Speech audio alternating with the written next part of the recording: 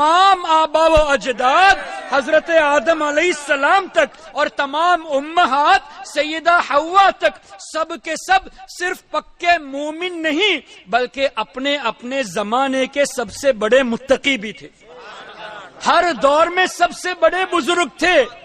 یہ قرآن اور حدیث کی روشنی میں اور بزرگوں کے کتابوں سے ثابت کیا تو خالی اتنا نہیں لکھا کہ بزرگوں کا یہ عقیدہ تھا، بلکہ آپ کتاب اٹھا کر دیکھ لیجئے.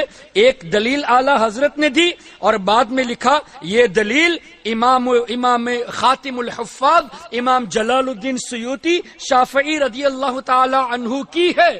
انہوں نے یہ فرمایا. ایک اور دلیل لکھی، فرمایا اس دلیل کو شیخ محقق شاہ عبدالحق محدث دہلوی رحمت اللہ علیہ نے لکھا. اس طرح اعلی حضرت نے بزرگوں کے نام گنائے کنہوں نے کس کس انداز سے لکھا، لیکن انہوں نے کیا کیا؟ اتنا ہی کہہ دیا کہ بزرگوں کے درمیان اختلاف تھا، لیکن کسی بھی بزرگ کا نام نہیں دیا. اب ہم ان سے پوچھنا چاہتے ہیں بزرگوں نے جو کچھ بھی لکھا ہوگا یا کہا ہوگا وہ اپنی طرف سے کہیں گے تو ہم نہیں مانیں گے، اور کوئی بھی سچا بزرگ اپنی طرف سے نہیں کہے گا. جو کچھ بھی کہیں گے تابعین کے ذریعے کہیں گے اور تابعین صحابہ کرام کے ذریعے کہیں گے، تو بزرگوں کا کہنا صحابہ کرام کے تھرو آنا ہوگا. اب تم نے یہ لکھا کہ بزرگوں میں اختلاف تھا تو ایک صحابی کا نام بتا دو. ایک صحابی کا نام، کم و بیش 1,24,000 صحابہ میں سے کسی ایک صحابی کا نام بتا دے جنہوں نے اپنی تصنیف میں یا اپنی تقریر میں یا اپنی روایات میں یا اپنی تاریخ میں یہ کہا ہو کہ ہمارا رب جھوٹ بول سکتا ہے. ایک صحابی کا نام دکھا دو. قیامت آ جائے گی ہرگز کسی صحابی کا نام نہیں دکھا سکتے. اور یہ بھی لکھا کہ اللہ تعالیٰ وعدہ خلافی بھی کر سکتا ہے. اس میں بھی قدماء میں اختلاف، بزرگوں کے درمیان اس پر بحث ہو رہی تھی. کسی بزرگ کا نام نہیں لکھا. اگر تمہارے بزرگوں نے لکھا بھی ہوگا تو وہ ہوں گے تمہارے جیسے. جو سچے بزرگان دین ہیں ان کی طرف سے ایک بھی مسئلہ ایسا آ ہی نہیں سکتا.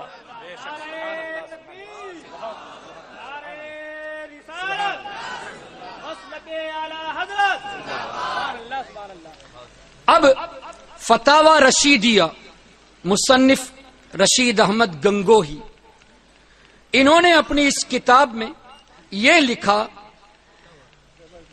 چنانچہ اہل عقل پر مخفی نہیں، یعنی اللہ تعالیٰ جھوٹ بول سکتا ہے کہ نہیں، اس پر جو بحث کرتے ہیں کہ اللہ جھوٹ نہیں بول سکتا، یہ جاہلوں کا طریقہ بتایا.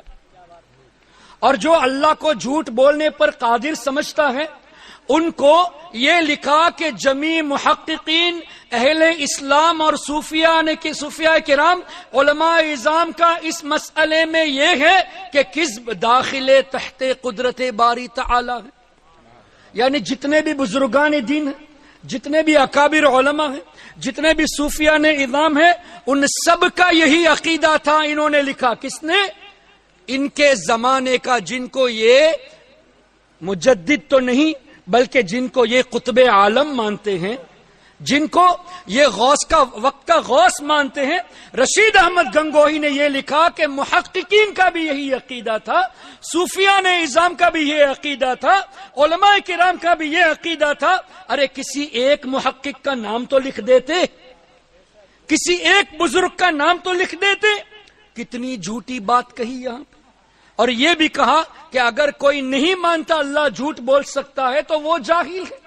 محترم حضرات، جو شخص اپنی کتابوں میں رب کے بارے میں یہ عقیدہ رکھے کہ رب بھی جھوٹ بول سکتا ہے اور رب پروردگار یہ وعدہ خلافی بھی کر سکتا ہے، وہ جماعت حق پر کیسے ہو سکتی ہے؟ وہ جماعت کیسے حق پر ہو سکتی ہے جو اپنے رب کے بارے میں یہ عقیدہ رکھتا ہے کہ اللہ جھوٹ بول سکتا ہے؟ ایک مثال سے میں سمجھاؤں، تفصیل میں نہیں جانا چاہتا. اللہ تعالیٰ کی صفات کے بارے میں آپ ان دیوبندیوں سے سوال کیجئے. سوال یہ ہے کہ اللہ تعالیٰ کی صفات، اللہ تبارک و تعالیٰ کی ذات جیسے قدیم ہے ویسے ہی صفات بھی قدیم. یعنی کوئی بھی صفت اللہ کی کسی نے اللہ کو نہیں دیا. صفات بھی قدیم، ذات بھی قدیم. رحمان اللہ کی صفت ہے، رحیم اللہ کی صفت ہے. کسی نے اللہ کو یہ صفتیں دی نہیں، بلکہ اللہ ہمیشہ سے رحمان ہے، ہمیشہ سے رحیم ہے، ہمیشہ سے کریم ہے. اور اللہ نے فرمایا ومن اصدق من اللہ حدیثا، اللہ سے بڑھ کر سچا کون ہے؟ تو سچا ہونا یہ بھی اللہ کی قدیم صفت ہے. اب ان کا یہ کہنا اللہ جھوٹ بولنے پر قادر ہے، تو اللہ کی صفت میں جھوٹا ہونا ہوا. اور جھوٹ کا ہونا چونکہ اللہ کو کسی نے صفات دی نہیں، وہ بھی قدیم ہے، تو تم اللہ کو قدیم یعنی ازل سے جھوٹا مانتے ہو. اللہ کو ازل سے سچا بھی مانتے ہو، اللہ کو ازل سے جھوٹا بھی مانتے ہو. تو جس رب کے بارے میں تمہارا یہ عقیدہ ہو کہ ہمارا رب ازل سے جھوٹا ہے، تو قرآن کو سچا تم مانتے ہی کیسے ہو؟ اللہ کے کلام کو سچا مان ہی نہیں سکتے، اس لیے کہ تمہارے کہنے کے مطابق اللہ جب جھوٹ بول سکتا ہے تو معاذ اللہ اللہ ہمیشہ سے جھوٹا ہوا. جیسے ہمیشہ سے سچا ہے ویسے اس کی صفت میں ہمیشہ سے جھوٹا ہونا ہوا. تو جس رب کو تم صفت میں جھوٹا مانتے ہو، اس رب کے کلام کو کس منہ سے تم سچا کہتے ہو؟ اب بھی وقت ہے محترم، سچے دل سے توبہ کر کے اہل سنت والجماعت میں آ جاؤ، جن کا یہ عقیدہ ہے.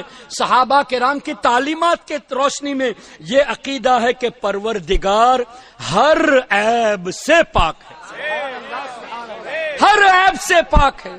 میں آپ کے سامنے کسی شخص کی تعریف کروں، بہت اچھا آدمی ہے، بہت نیک آدمی ہے، امانت دار ہے، دیانت دار ہے، لیکن کبھی کبھی یہ جھوٹ بھی بول لیتا ہے، تو کیا یہ اس کی تعریف ہوئی؟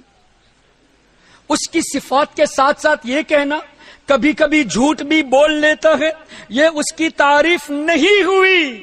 اللہ تبارک و تعالی ہر عیب سے پاک ہے، اور اس کو یہ کہنا کہ اچھائیاں تو ہیں، ایک یہ برائی بھی ہے جو کہ عیب ہے. اللہ کی شان یہ کہ اللہ تعالی کی تحت قدرت کوئی عیب والی چیز آنے کے لیے اس کا کیا کہتے وہ اہل ہی نہیں. کوئی بھی محال ہے عیب دار چیز کا تحت قدرت میں ہونا، یہ محال ہے. اللہ تبارک و تعالی کی ہر صفات یہ سب سے اعلیٰ ہے، یہ سب کے سب شاندار ہے. کوئی بھی عیب والی چیز اللہ تبارک و تعالی کے تحت قدرت نہیں ہے. اب ان دیوبندیوں کا فالو کرنا کس کا ہے؟ کہاں سے دیوبندیزم شروع ہوئی؟ اسماعیل دہلوی کے ذریعے. اور اسماعیل دہلوی کون ہے؟ جس نے ابن عبد الوہاب نجدی کی کتاب تقویت الایمان کا اردو میں ترجمہ کیا یا فارسی میں ترجمہ کیا، اور اس کتاب کے ذریعے وہابی عقائد کو پھیلایا. اور وہابیوں کا عقیدہ کیا ہے؟ معاذ اللہ، الرحمن علی العرش استوى. قرآن کریم کی اس آیت کو یوں پیش کرتے ہیں جیسا کہ ابن تیمیہ نے لکھا کہ اللہ تعالی عرش پر اس طرح بیٹھا ہوا ہے، جب اللہ عرش پر بیٹھتا ہے تو عرش کے ہلنے کی آواز آتی ہے. اللہ کے بارے میں ابن تیمیہ نے یہ لکھا، عرش پر بیٹھا ہے اور جب بیٹھتا ہے تو عرش کے ہلنے کی آواز آ رہی ہے. اور اپنے منبر میں بیان کرتے وقت ابن تیمیہ نے سیڑھی اتر کے بتایا کہ اللہ تعالی تہجد کے وقت اس طرح آسمانوں سے اتر کر پہلے آسمان میں آتا ہے. منبر کی سیڑھی اتر کے بتایا. اب آپ لوگوں کو کبھی بھی ایسے لوگوں سے سامنا ہو تو ایک سوال آپ کو یہ کرنا ہے، وہ یہ کہ اللہ جب عرش پر بیٹھا ہے تو سوال آپ کو یہ کرنا ہے کہ اللہ خالق ہے، عرش خالق ہے یا مخلوق ہے؟ عرش تو مخلوق ہے، اللہ خالق ہے، عرش مخلوق ہے. عرش کو اللہ نے پیدا کیا. اب ان کے اس عقیدے کے مطابق قرآن کریم کو مسکوٹ کر کے جو پیش کیا کہ اللہ عرش پر بیٹھا ہوا ہے، ان سے آپ پوچھے جب عرش مخلوق ہے تو عرش کو پیدا کرنے سے پہلے اللہ کہاں تھا؟ جب عرش پر بیٹھا ہوا ہے تو پیدا کرنے سے پہلے کہاں تھا؟ ایک بات. دوسری بات آپ یہ پوچھے، قرآن کریم میں اللہ نے ارشاد فرمایا الذین یحملون العرش، فرشتے اللہ کے عرش کو اٹھائے ہوئے ہیں. جب فرشتے عرش کو اٹھائے ہوئے ہیں اور اللہ ان کے کہنے کے مطابق عرش پر بیٹھا ہوا ہے، تو کیا یہ عقیدہ سکھاتے ہو کہ فرشتے اللہ کو اٹھائے ہوئے؟ کیا اللہ تعالی محتاج ہے؟ جبکہ اللہ نے فرمایا اللہ الصمد، اللہ بے نیاز ہے، کسی چیز کا محتاج نہیں.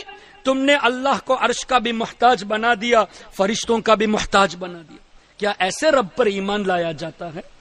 پھر یہ کہ عرش کے بارے میں فرشتوں کا اس وقت غالباً 4 فرشتے اٹھائے ہوئے، بروز حشر 8 فرشتے اٹھائیں گے. تو کیا کہنا چاہتے ہو؟ اللہ